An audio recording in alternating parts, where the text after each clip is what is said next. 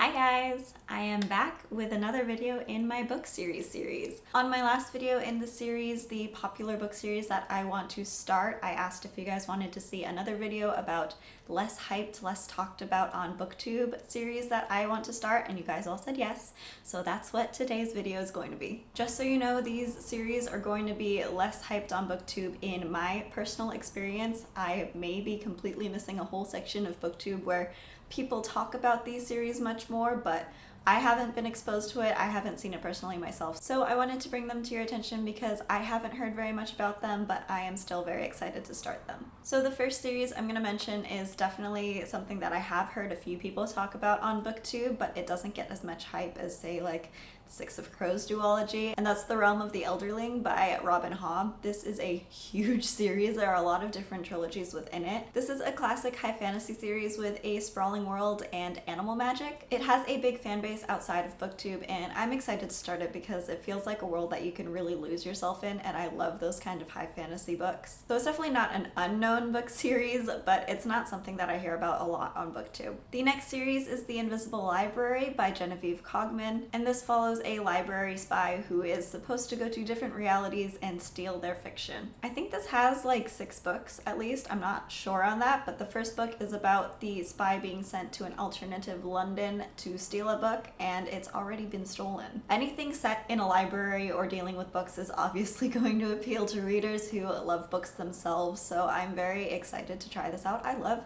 spy books. I don't know why. And though it's kind of like a heist spy book, I'm very interested in it. I also love London and alternative Londons. Again, I don't know why, but it's just something that gets me every time. Next up is Eon by Alison Goodman, and this has a girl posing as a guy, dragon magic, East Asian inspired dragon magic with sword fights and magic mixed together, and a fight for the imperial throne. So like, what else could you ask for in a book? Though if I remember correctly, there are a few people who didn't like the first book in this series, so I'm kind of iffy about it. I'm still really interested to read it because I love anything Asian inspired, Asian fantasy inspired. Dragon magic with like magic and swords sounds like incredible. So I really want to give it a try. I hope it's good. I'm still excited about it, but I'm also cautious. The next series that I haven't heard anyone talk about is Magic 2.0 by Scott Meyer. On the surface, this is a classic story about a guy learning to control his magical powers in medieval times, specifically at King Arthur's court. But the twist with this one is it's actually an American who traveled back in time, and his magic is hacking because reality is a computer simulation.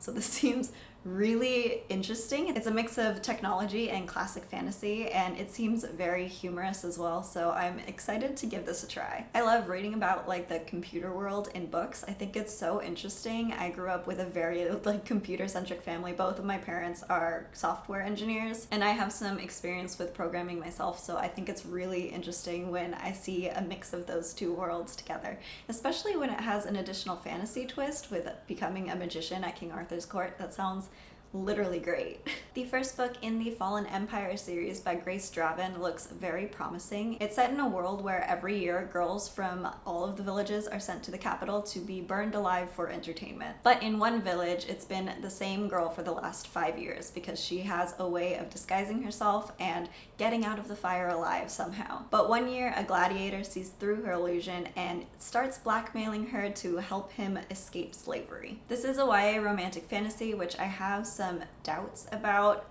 Sometimes the romance in these books can be very cringy and over the top, so I'm really hoping that it doesn't ruin the story too much because the plot has a lot of potential, so I hope I'm not just like dying over dialogue and cringy romance.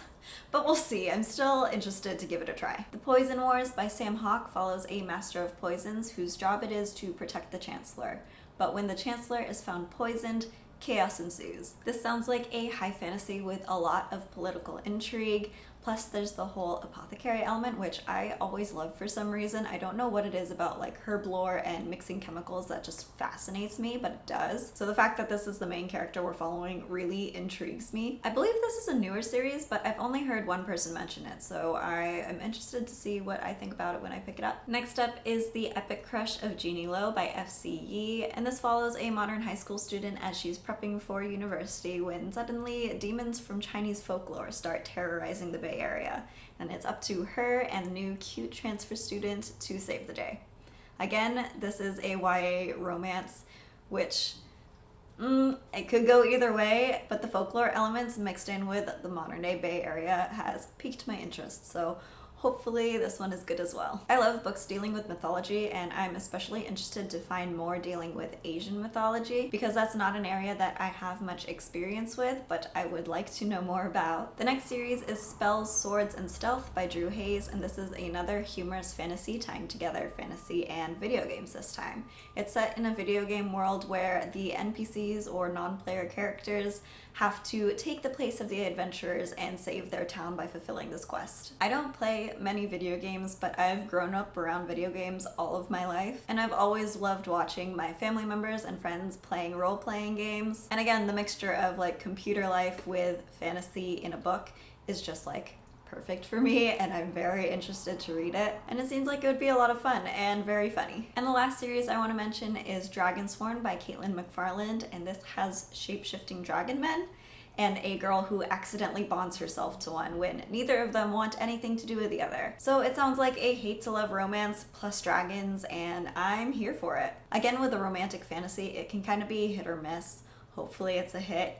I very much question all of these romantic fantasies because there have been some very cringy ones that I've read in the past, so we'll see if it's done well. If it is, I will let you know, but for now I am optimistic about them. So those are a few of the many series that I have on my TBR that I haven't heard many people, if any at all, on BookTube talk about. I could honestly keep going for days and days, so if you want another video of more series that no one mentions that I am interested in starting, let me know. I can make that as well. If you have any other topics for book series videos that you'd like to see, I can also make those happen. Just let me know in the comments, and I will see you later.